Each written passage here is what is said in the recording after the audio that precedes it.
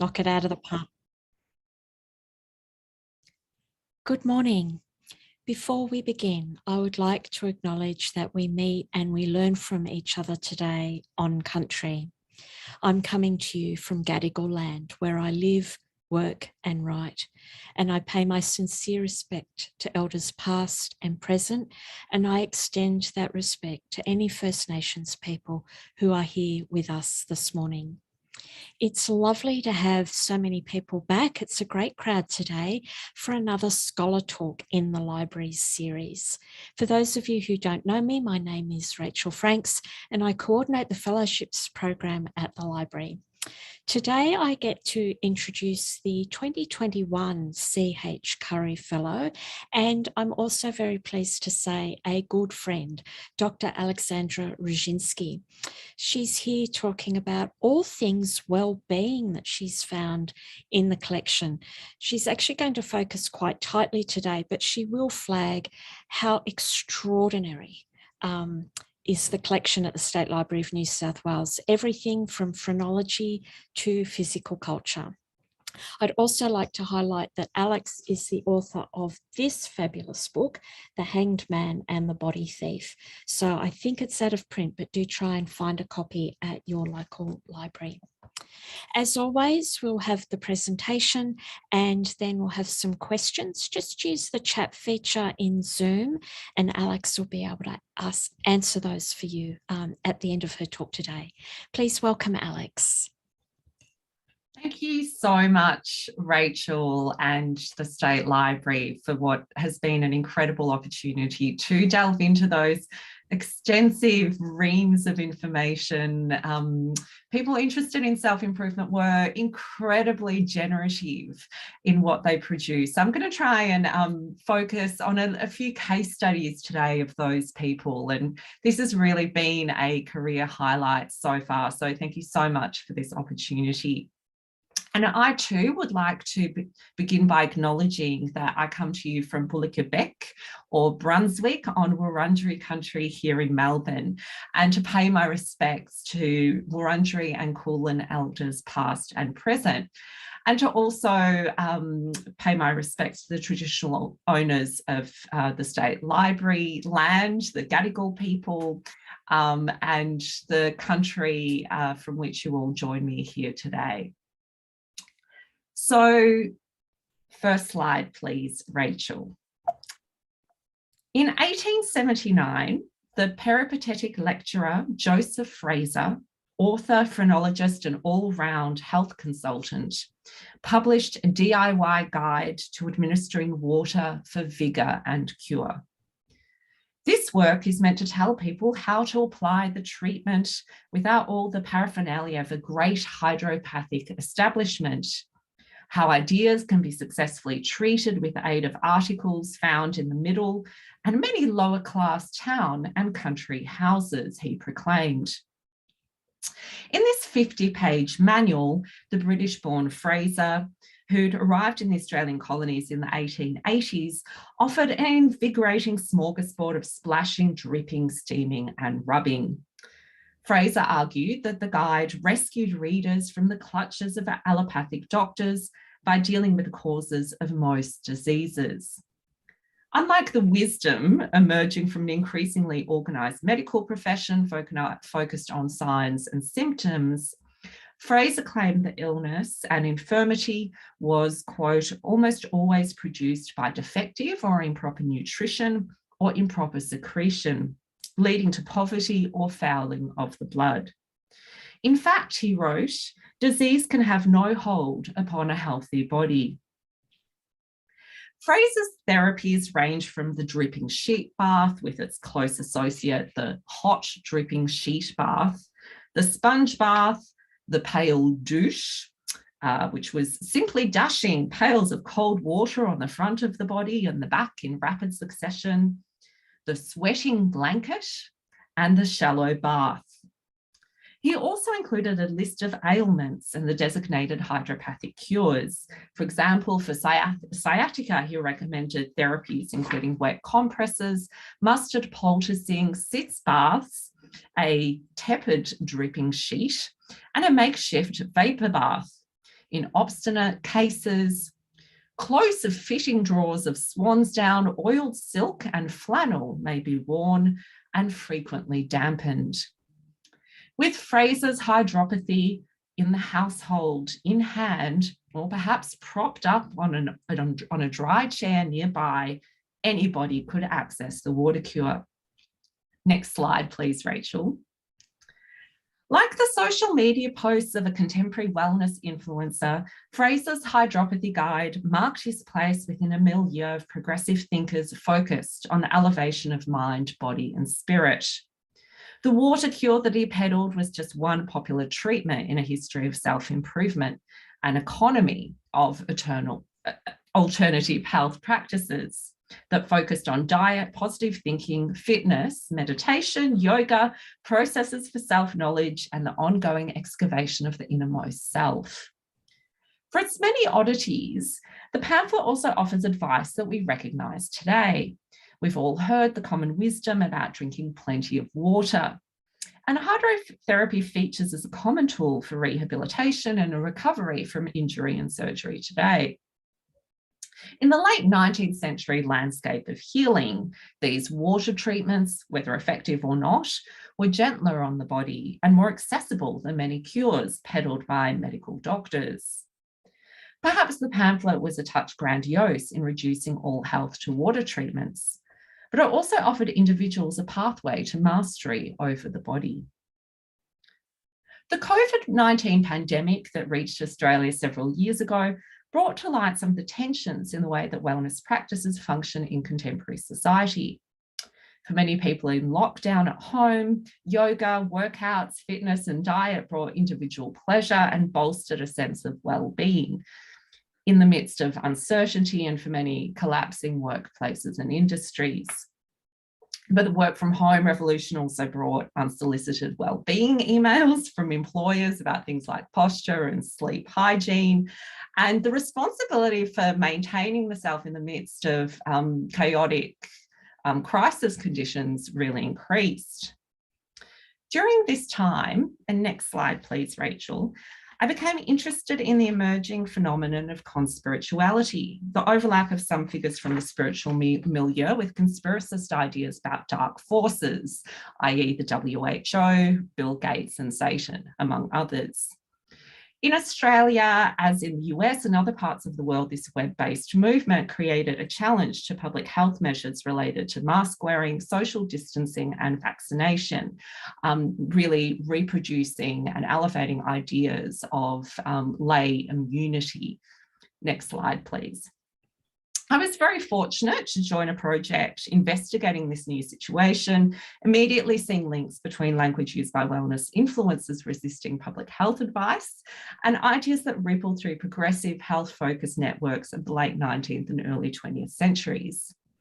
In Hydropathy in the Household, for example, Joseph Fraser argues in relation to smallpox vaccination that unvaccinated persons who live healthy lives have very little, if any, need to fear smallpox. Next slide, please. In 1920, the Sydney physical culture instructor Walter Withrow preached that one might swallow germs by the million, but when abounding health exists, they would die of inanition and be expelled before they could do the slightest harm, he wrote. It is fear that kills, worry that deprives men and women of the joy of life. The guiding question for me became what happens when the practices that we take on for pleasure, confidence, or self-healing become generalised as broader solutions, especially in times of crisis.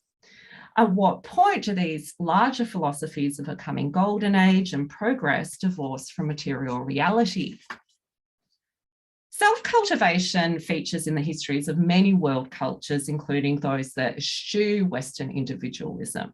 But for the purposes of today's talk, I'm going to focus on a handful of trends and ideas from within our own Western liberal culture, drawing on a rough timeline from the late 19th century through to the early 20th century, well before the 1960s counterculture that elevated contemporary mind, body, spirit practices and spirituality, and the 1980s shift of these things into the mainstream kind of consumer health market. Collective biography of the modestly successful, or not at all successful in many cases, proponents of self-improvement in Australia allows us to tease out recurring ideas.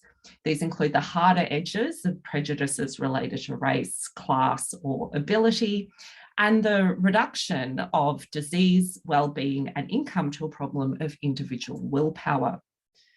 In self-improvement circles tinged with metaphysical belief, crisis can trigger a combination of utopian progressivism and metaphysical apologetics, to use the formulation of Sophia French in relation to wartime spiritualism, that disconnects philosophy from material reality. The main things that I'm going to touch on today include the role of positive thinking and physical cultivation in shaping success, self-sufficiency in healing, cultivation of mind and body as a moral imperative, and a belief in the progress of humanity towards perfection as a metaphysical or near-metaphysical phenomenon. The entrepreneurs who you will meet today were optimistic, resourceful, and immensely productive. They published to spread their message, but also to make a buck. They were part of reading and writing networks that reached across Australia and Aotearoa New Zealand, sucking in ideas from Europe and America, and with an eye to India and Asia. And they contributed to what became a mass market in original, recycled, and often largely plagiarized self-help guides.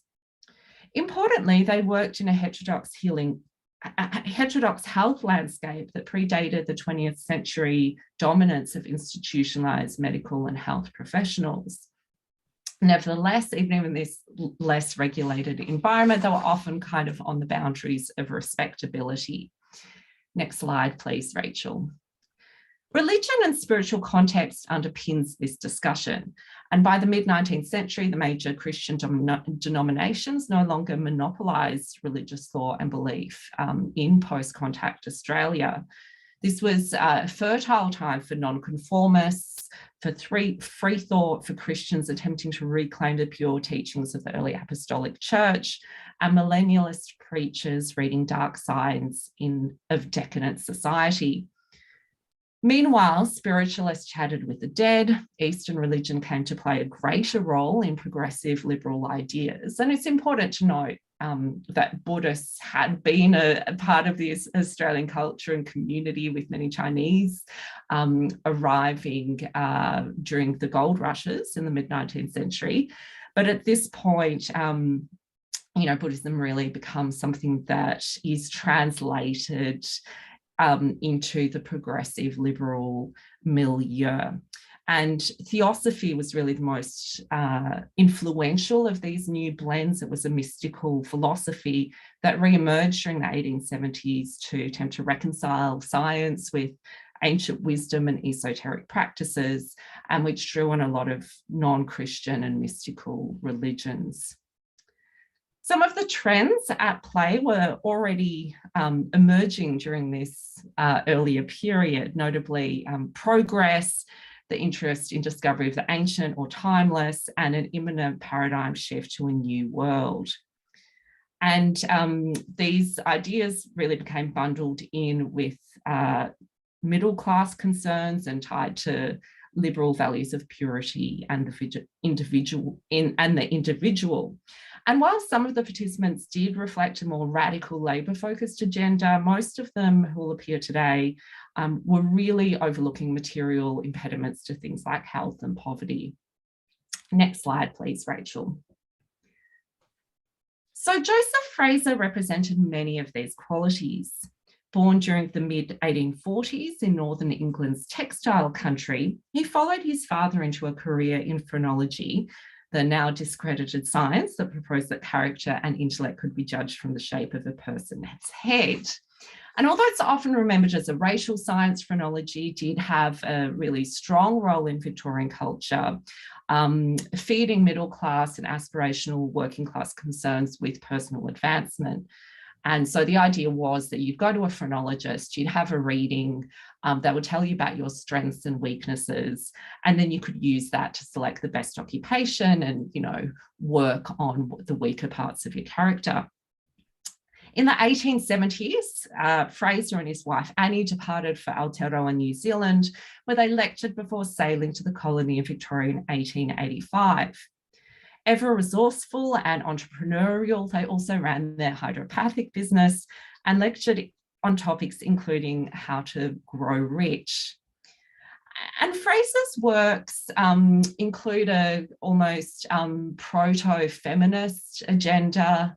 For example, in his science fiction novel, Melbourne and Mars, women occupy a equal role. Women are doctors and scientists, and from a religious perspective, although he was kind of aligned with the Methodist Church, he's arguing that society need to get back to a pure theism, a pure kind of engagement with God and the Bible. And he and Annie enjoyed a companionate partnership, lecturing on topics including love, courtship, and marriage, that were really trying to get to the heart of this thing about how you could have a successful, healthy, scientific coupling. Next slide, please, Rachel.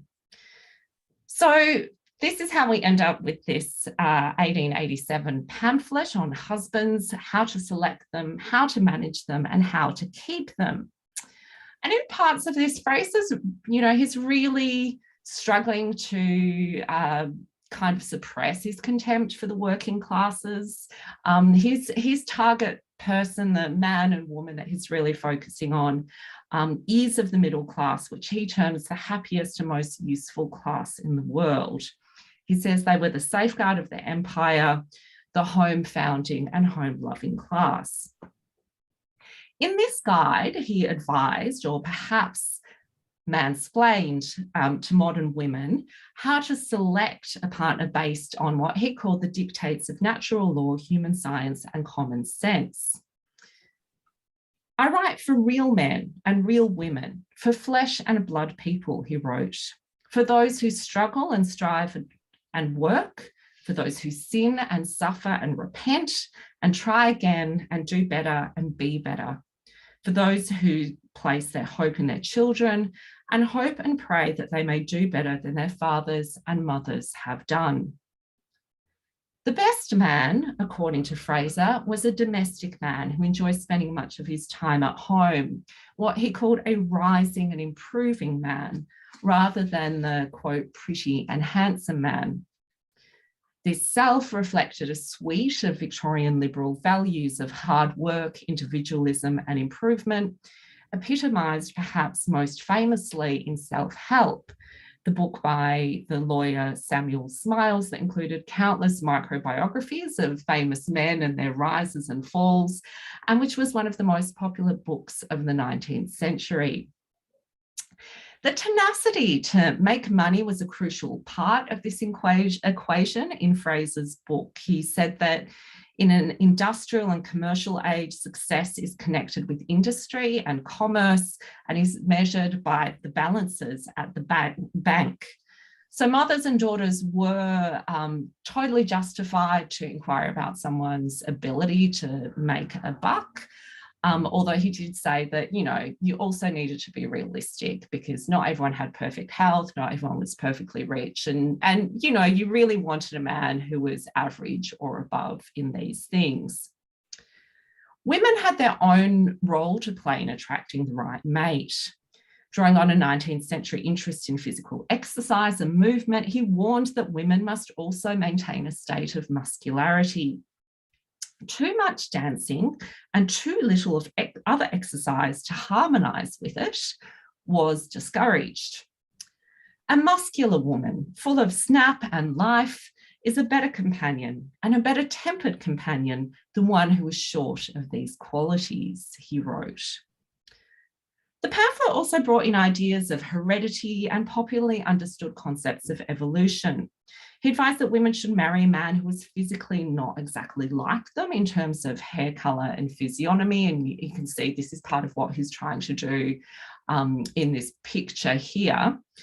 He says, they're merely, these two don't even know each other, just merely thrown together here to illustrate his point about face shape and colouring and kind of physiological texture. And he said that couples who were too alike repelled each other. They were like magnets. And he invoked the electrical laws of the universe in this case as well. Couples should also not marry simply for animal affection, i.e. lust, and women should certainly not select a reformed rake who gives to his wife, quote, the ashes of a burnt out fire, and to his children a heritage of pollution. While there was a great interest in middle-class population growth during this time, Fraser advised that the quality of the matches and resulting offspring received insufficient attention. When two unsuitable people marry, they commit a sin and suffer for it. Although their sin is not a crime and does not imply moral guilt, their sin extends more widely than they think. The result of their error extends downwards. At the same time, of course, people needed to not be too different. He said that they should marry within their class and significantly and quite disturbingly be of the same blood and language. Fraser was unapologetically a white supremacist. He wrote that if she is the worthy prospective wife and mother to whom these pages are specially dedicated, she is not likely to mate herself with a member of a lower race. Men, Fraser observed, were much less fussy. Were men as averse to miscegenation as women are, there would be no chance of the lower races becoming improved by the mere fact of breeding. And if women were not particular to get the best husbands possible, the inferiors would have as good a chance of becoming parents as the superiors. The desire for the best and most perfect, the shrinking from the deformed and the debased, is the divinity in woman that makes for the perfection of the human species. But what we prescribe for others does not always align with our own lives. Although Fraser warned against the sinful life that prevents men and women from parenting, that's his words, and that, you know, a good match would always be met with ruddy, dimpled, healthy, happy babies, he and Annie Fraser never had children of their own. How did Fraser square this reality against the idea in husbands that a happy baby somehow marked the success of a pairing? And unfortunately for him, Fraser died of lung disease at quite a young age. He was aged just in his mid-40s in 1890 in the inner Melbourne suburb of Hawthorn. Despite having lectured in the 1880s on wealth, he was also bankrupt, the result seemingly of his long-term illness. Neither doctors nor hydropathy could save him. Next slide, please, Rachel. Almost a decade after Fraser's ultimate demise in Melbourne, a new publication emerged in the inner city of Sydney, The Metaphysician. Its founders, Henry and Ethel Cardew, published their advice from this building, Norwich Chambers in Hunter Street, where Ethel also practiced spiritual healing. The couple were originally from Queensland. Raised on a cattle station, Henry had served in the Queensland Defence Force, rising to the position of Major. Next slide, please, Rachel. He trained as a surveyor and in 1888 married Ethel Wheel in a Church of England service in Brisbane. He was 35 and she was 19. They had just one child who died at the age of 11 months in 1890. Following a period of ill health for Henry, the couple moved to Sydney in 1896 with the goal that he would take up journalism. It is unclear at which point they ventured from the teachings of the church in which they married, but by the time of the emergence of the metaphysician, they were well versed and well practiced in these new strands of religious belief. The early years of this publication, which by turn eventually became Progressive Thought, was for a time known as the Science of Health, and then Progressive Thought again, and then finally Progressive Thinker, focused earnestly on the spirit and the cultivation of emotions for physical health. In the first issue of The Metaphysician, an article titled Storm Centres by E.A. Pennock draws an analogy between weather patterns, disease, and the imperative of cultivating good over bad feelings. Pennock wrote that meteorology shows that in a storm or cyclonic disturbance, the atmospheric currents flow into a centre around which they revolve like a whirlpool. How apt an illustration do these natural laws afford of the regulation of our thought current to disease or health? I believe that cancer and ulcer are always expressions of a mental storm centre. An injury may first turn anxious thought to a certain spot, and as it is held there, a centre of impurity and disease is formed, into which all the disease cells of the body find the way. He later added that when love rules within and acts upon these cells, and all our energies are used for love's activities towards humanity, the divine and heavenly order is being realised. Multiple influences underpin this magazine. There was firstly that of the American transcendentalists who had elevated the mystical role of nature and located religious experience within. There was theosophy. There was the then new faith of Christian Science, a matriarchal healing faith that held that there was no evil and that all disease could be cured through divine power and good thoughts. And the philosophy known as New Thought that held that positive or negative states of mind defined our realities and materially affected health. I agree with the historian Frank Bongiorno, who has written about New Thought in Australia, that the definition of the American psychologist of religious experience, William James, the brother of the novelist Henry James, is most apt. Next slide, please, Rachel. As James explained in 1902, the leaders in this faith have had an intuitive belief in the all-saving power of healthy-minded attitudes as such, in the conquering efficacy of courage, hope, and trust, and a correlative contempt for doubt, fear, worry, and all nervously precautionary states of mind.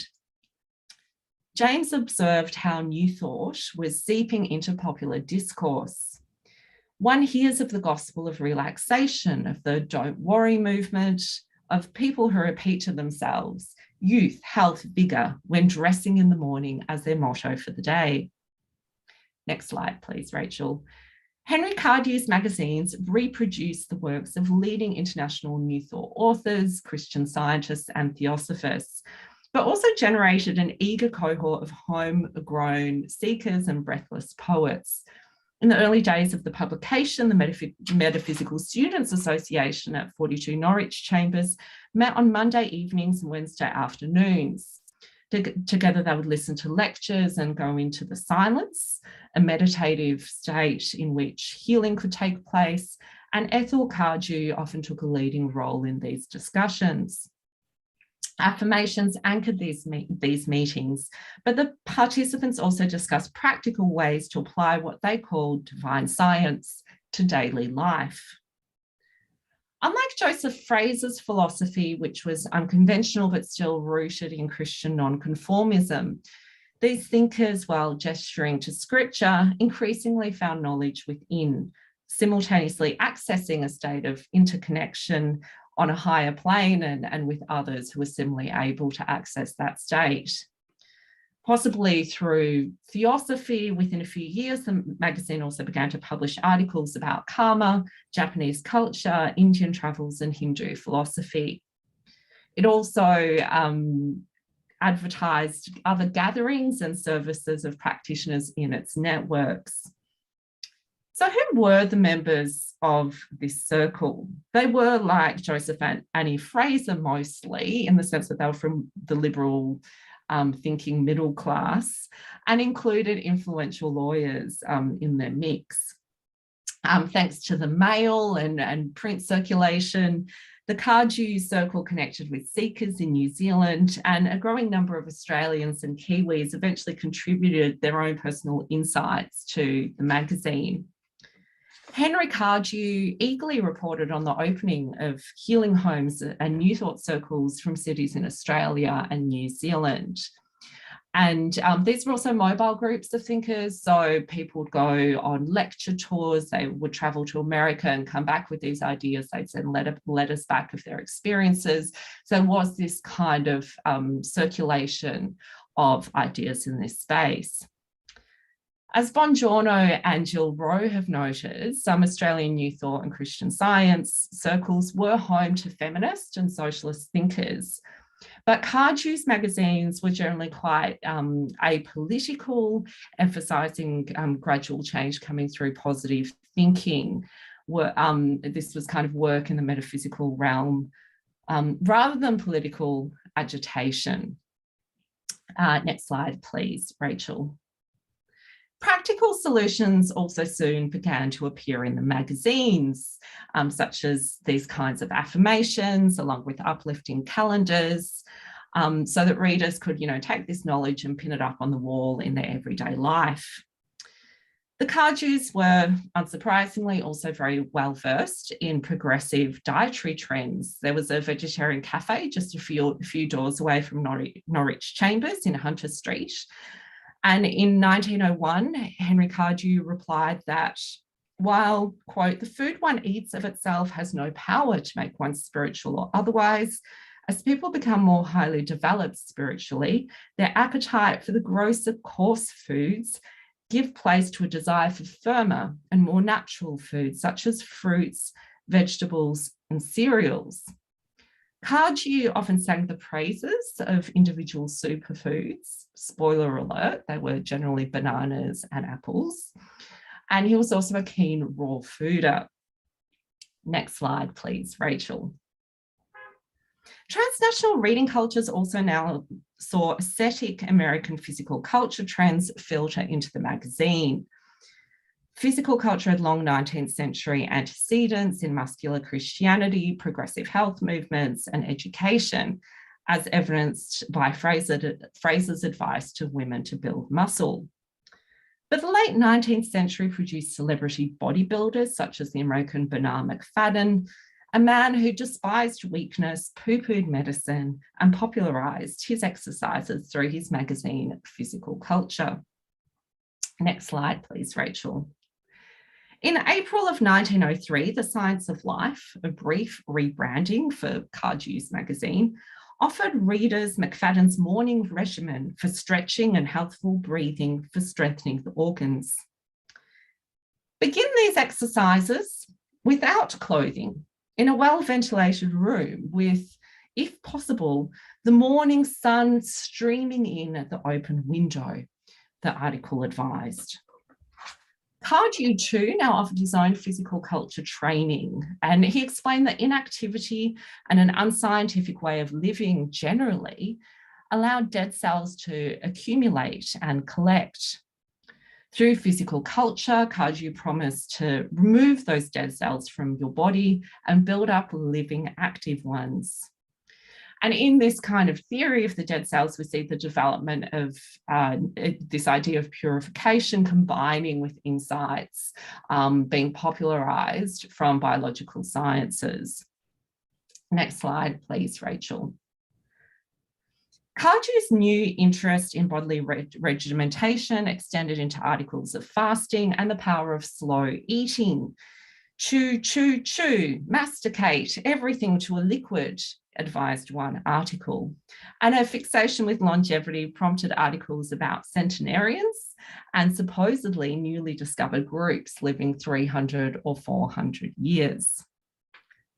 This new embrace of a muscular progressivism marked a tension between this quite unyielding form of self-mastery. McFadden, who features extensively in Cardew's magazine, says at one point that weakness is a sin and a crime, the body is self-curative, and disease is needless. And the origins of grassroots divine healing as a quite a feminized endeavour. And some of the magazine's contributors, men and women, struggled with lifelong chronic health issues, which was in part what drove their interests in these new forms of health therapies and ideas drawn from esotericism. A new focus also filtered into the magazine from about 1904. The world of business and how to make it there. As Mr. H. Caunter told a lecture in the Sydney Progressive Hall, capitalists were, quote, the motive power of industrial life, the cause of an ever-increasing demand and supply, and when backed by intelligence and education, are the backbone or staying power of every successful nation. Rejecting the idea that strikes or arbitration would create better wealth for workers, Caunter suggested that they should instead be influenced to have an enterprising business spirit. And as a starting point, recommended the distribution of leaflets, affirming simply that, quote, labour is the basis of all wealth and, quote, organised labour is the road to prosperity. And he had quite a complex explanation through which you could then invest in this and then as a worker and then be kind of part of this industrial cooperative and make money from that. The link between positive thinking and wealth was nowhere more strongly highlighted than in the influence on Henry Cardew of the self-help author Prentice Mulford, depicted here. He was an influential American author whose books included Thoughts Are Things and Your Forces and How to Use Them. Mulford's essay on the drawing power of mind appeared twice in the magazines. And its fundamental tenet was that of whatever you think, you attract its light from the unseen current of realities. This represented what was then a modern take on the laws of attraction and magnetism, ideas that, you know, dated back a really long time, and which surfaced more recently in our own time with Rhonda Byrne's The Secret. You might remember that book that made it really big on Oprah. Okay, next slide, please. The marriage of Henry and Ethel eventually stumbled on the disconnection between aspirational thinking and grittier realities of work, especially as it related to gender. At the start of 1907, around the time that Henry published his ideas about fasting, Ethel decided to earn her own living. As Henry told a divorce court in 1913, she now neglected her home and, quote, went nursing and housekeeping for a friend for about 3 months, but she used to come home once a week, generally. By the end of 1907, Ethel had left Henry, who indignantly recalled that, I was always able to keep her and provide for her. For all of his talk about self-mastery, he had a real blind spot about understanding why a woman, particularly in this landscape of first wave feminism, would want or might seek her own economic independence. Ethel's life course from this point is difficult to trace. She continued to advertise services as a healer in progressive thought until the end of the magazine in 1910, suggesting friendly relations between the pair, but they officially divorced in 1914. She then changed her name and was living in the new coastal suburb of Rose Bay as Valerie Ethel Henderson. Next slide, please, Rachel. And when she died intestate of lung disease in 1927, she quite mysteriously owned a car, 14 blocks of land, including just in the right-hand side of that slide, you'll see that she's, owns these 4 coastal properties in Rose Bay and a number in Cabramatta, and her entire dutiable estate was valued at about £9,500. So either independence or the laws of attraction had really worked out for her. Following the split, the leadership of the Cardew Circle became increasingly masculine. Next slide, please, Rachel.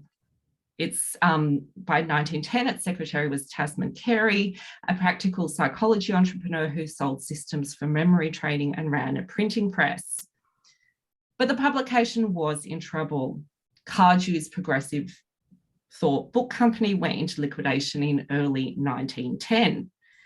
He came back mid-year with Progressive Thinker, depicted on the right, his newest trumpet for the progressive evolution of humanity, as he called it. And he explained that financial troubles were just a process of purification and testing. And in fact, he said, what does it really matter if for the time being our cherished plans do fall to pieces? when eternal life unfolded ahead. He shifted publication of the magazine to Tasman Carey's print works at Darmarville on the Georges River near Campbelltown, where he planned to soon relocate himself. And progressive thinker, though, had expired by the year's end. Henry Cardew went on to farm in Camden and to remarry in 1916. In public life, he now went by his former title of Major, raising a question, I think, about his reluctance to identify as a health entrepreneur or publisher. When his health failed, Henry and his second wife moved to Perth, where he died in 1937. He had reached his mid-80s, which was a good inning, although still well short of 300 years or even a respectable century. Next slide, please, Rachel. So where does this brief taste of thinkers about mind, body, and spirit leave our contemporary relationships to wellness and self-improvement?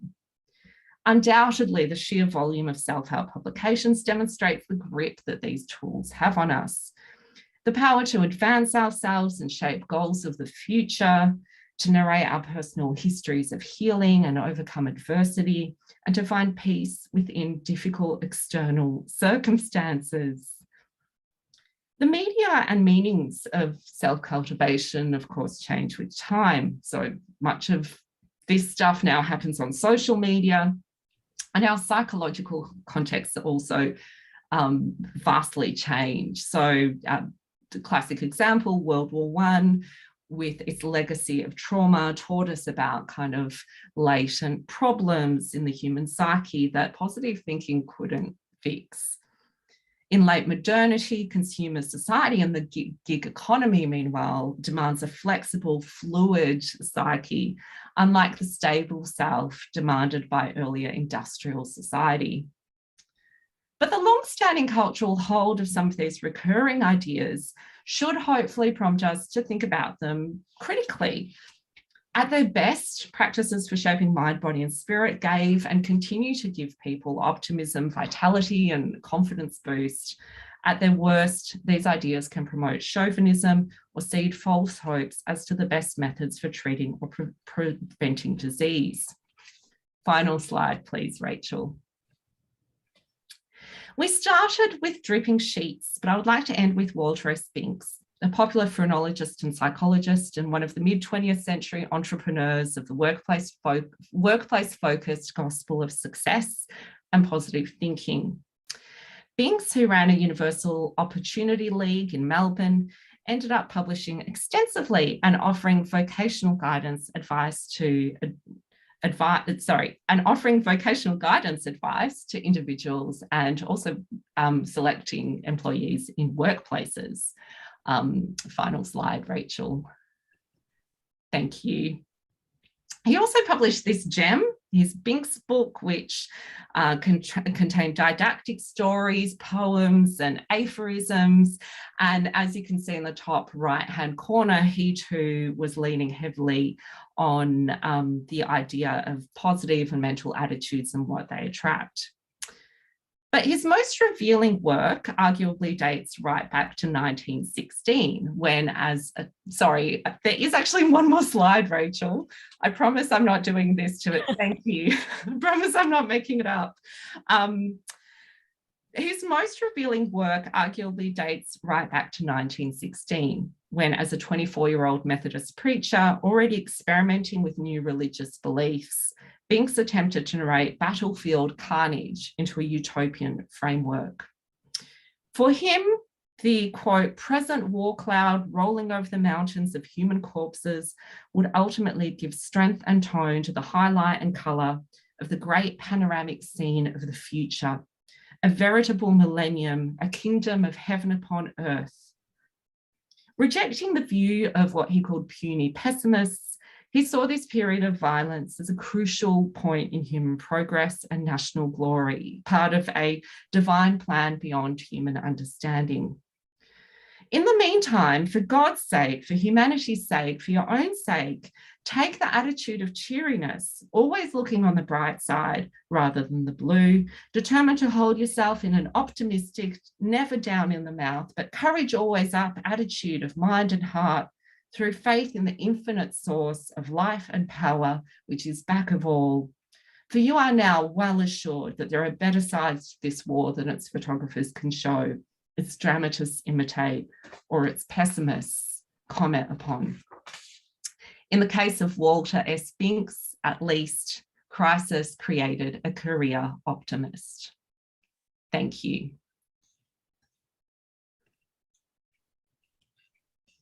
Thanks so much, Alex. That was terrific. I'm just going to let you catch your breath while you do that. I'll remind everybody that they can ask their questions through the chat feature in Zoom, and give a quick shout out to colleagues Emily and Marcelo. Everything looks nice and smooth when we present these scholar talks, but sometimes, just like today, we have the odd technical glitch that challenges us and makes us appreciate it when everything goes smoothly. So thanks to them. Thank you to you, Alex. We do have some questions coming through. The first one is about advertising. And I noticed this too as I was driving the slides today. So just a few slides from the end in that Women's Weekly advertisement, there's this really sort of grand instruction of take the if out of life. And did you see, while you were looking at these health and wellbeing proponents, did their marketing game become more slick as time progressed? Oh, we've lost your sound. I muted myself. That's an excellent question. And yes, thanks also to Emily and Marcelo and Rachel for the tech, resolving all of the tech issues that we had in the lead up. It was very nail biting, but luckily we're very we're positive thinkers and we stay calm. It's all the water we drink. It's all of the water we drink. Look, that's a really excellent question. And one of the reasons that war pamphlet I find so interesting is that he's already working with a kind of alliterative model of kind of sloganeering. You know, he talks about the down in the mouth, look up, you know, there's a real rhythm to it. And he does, as far as I can tell, work in the advertising industry, or at least is offering courses in drawing for the advertising industry. The Binks book, you know, has that real ad man look to it, and it's almost you know, this grab bag of things that look really good and slogans. And yeah, so I think that definitely, particularly by the time you get to the 1920s and 30s, and you know, this popular psychology space is evolving at the same time as the academic industrial psychology space, but they're all trying to, you know, resolve similar problems. You do see recurring language. There's a lot of talk about inferiority complexes, drawn from Adlerian psychology as well. So everything becomes about fixing your inferiority complex. So yes, certainly it does become a very kind of slick, corporatized thing by the 20th century. Do you think that there was a real driver for that? So on the surface, it's all about everybody's well-being, but apart from the poor bloke who went bankrupt, are some of them just in it for the money, do you think? I mean, this is always the perennial question. And I think, you know, if you make money from something, I think you'll find a way to explain to yourself at the very least that it's the right thing. But in some ways that kind of yeah, it's really, I haven't had a chance to kind of see what Binks's financial situation was, but the fact that he was constantly remaking himself, I mean, he was, and inventing things. He was patenting sunglasses. He patented a board game for character reading. He was doing these kind of entertainments at the Tivoli Theatre in Melbourne. You know, he changed his middle name from Samuel to Shakespeare. because it sounded good. And then had another kind of stage name as well. I mean, that in some ways suggests to me that, and he was also consulting to, companies, largely in selecting people for the shop floor, like the Dressmakers Guild in Victoria. So he had some success, but I don't know if you're having to constantly remake, like, is something not happening for you that means you're trying to like identify the next opportunity and move with the times, which he was really good at? Or is that just a sign of, someone who really is just tapped into the zeitgeist and is remaking? Interesting question. Another interesting question, and I enjoyed hearing about this, although I'm not sure how devotedly I could follow such advice. So your project has focused very much on the Australian context. A couple of our viewers today are surprised that the phrenologists had such specific dating advice. Sure, try and avoid a serial killer. That would be a good move. But it was really very detailed. And is that something that you've seen elsewhere? Is that actually tied up with phrenology? Yeah, that's a really good question. And I mean, that is a long pamphlet as well. I mean, there are some quite amazing passages about avoiding, he calls the handsome man the human tiger. And says that they often have thick necks and, they'll just ravage you, which, to be honest, doesn't sound that terrible. But, it was for Fraser. And so he had these really specific physical, things. And I guess if your business is heads and faces, that, this, perhaps if you extend it, it does really become that detailed. And he was, I'm sure, drawing on the American Fowler and Wells publishing empire. So that's where we get the, phrenology busts from, and a lot of the imagery that's popular today. And, in order to keep the volume of content going, there's a reason the Cardews were, reproducing stuff every now and again, because you have to fill the magazines, you have to fill the pages.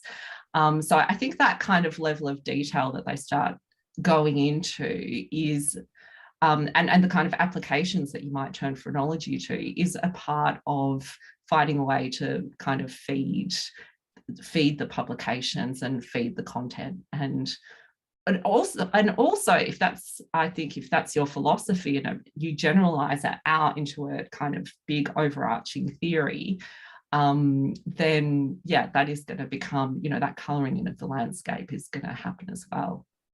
And do you think people were keen on it? I mean, you can sort of see why people were attracted to this, ostensibly at the time scientific model for matchmaking. It's certainly an improvement on another pamphlet that we have at the library that basically tells women if they'd like to seek a good husband, they must be good at pies. And then sort of like all this stuff around pastry and savoury things and all that sort of stuff, which I'm sure would be successful with the right audience. But do you think people were taking it seriously? Was his sales good? Well, I mean, he died a bankrupt, and partly that could have been because he was very sick. So I'm assuming that there were medical expenses involved. And that's actually, there's a fundraiser for him at a certain point. And people are saying this is because he's had to, spend so much money on his illness. And when after he shuffles off his mortal coil, Annie is still selling his pamphlets. When she goes to New Zealand, she's still doing phrenology and she's still selling the books. So they weren't selling out.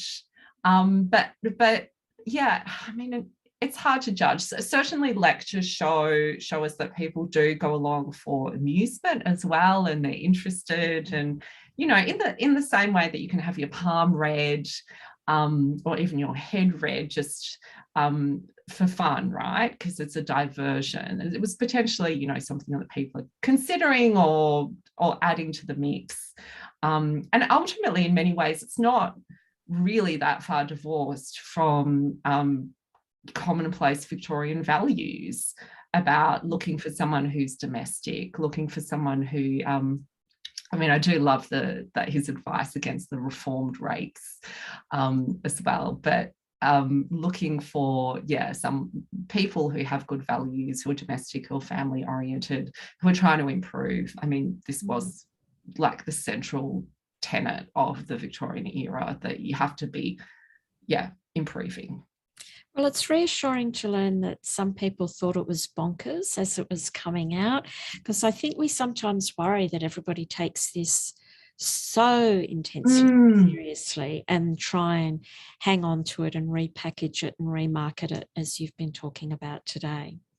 And I think also that, you know, people are often trying things for a time and then moving on to other things as well. And Alfred Deakin is, of course, has the most wonderful archive of his seeking and his trial and errors, and which Judith Brett has written about so wonderfully, that journey, and the fact that he also at a certain point realizes that spiritualism is probably, you know, it's gonna mean he's not going to be taken so seriously, so he has to kind of start to downplay that. But, you know, there are phrenological charts in the papers of people who then go on to say, like, this is absolute rubbish. So people are kind of trying and sampling, perhaps they might believe it for a while and they move on. It seems to be not always, or often not, something people do for an entire lifetime. And I think that's one of the things that interests me about the card use as well, is that they do it for a time. He goes back to being a major and a farmer. I don't know how much in his personal circles he was actually, you know, talking about his failed publishing experiences and his physical culture school and all of those things. So there you go. All the diversions are interesting and healthy in moderation, but water is always good. Water's always good. At least there's something in that that's consistent. Lots of people just saying thank you, and it was so fascinating and fantastic. And thank you for spending so much time to bring that all together for us today. Do join us next time. It's already up on our website, so if you'd like to go in and book, you're welcome to do so. Professor Kathy Bowery will be our next scholar talker, and she's going to talk about David Unipon and why he didn't benefit from his patents. So if you'd like to learn a little bit more about the man who very elegantly graces our $50 note, don't miss Tuesday, the first Tuesday of July. We'll be back. We'll be here online at 11 o'clock. And also, if you would like to see people from the library in 3D, we are doing things in real life. So have a look at some of the author talks we've got coming up over the next few months. Lots of history, lots of interesting things. And of course, as always, lots of stuff from our collections. So please stay safe, and we'll see you on site or online soon. Thanks, Alex. Thanks so much.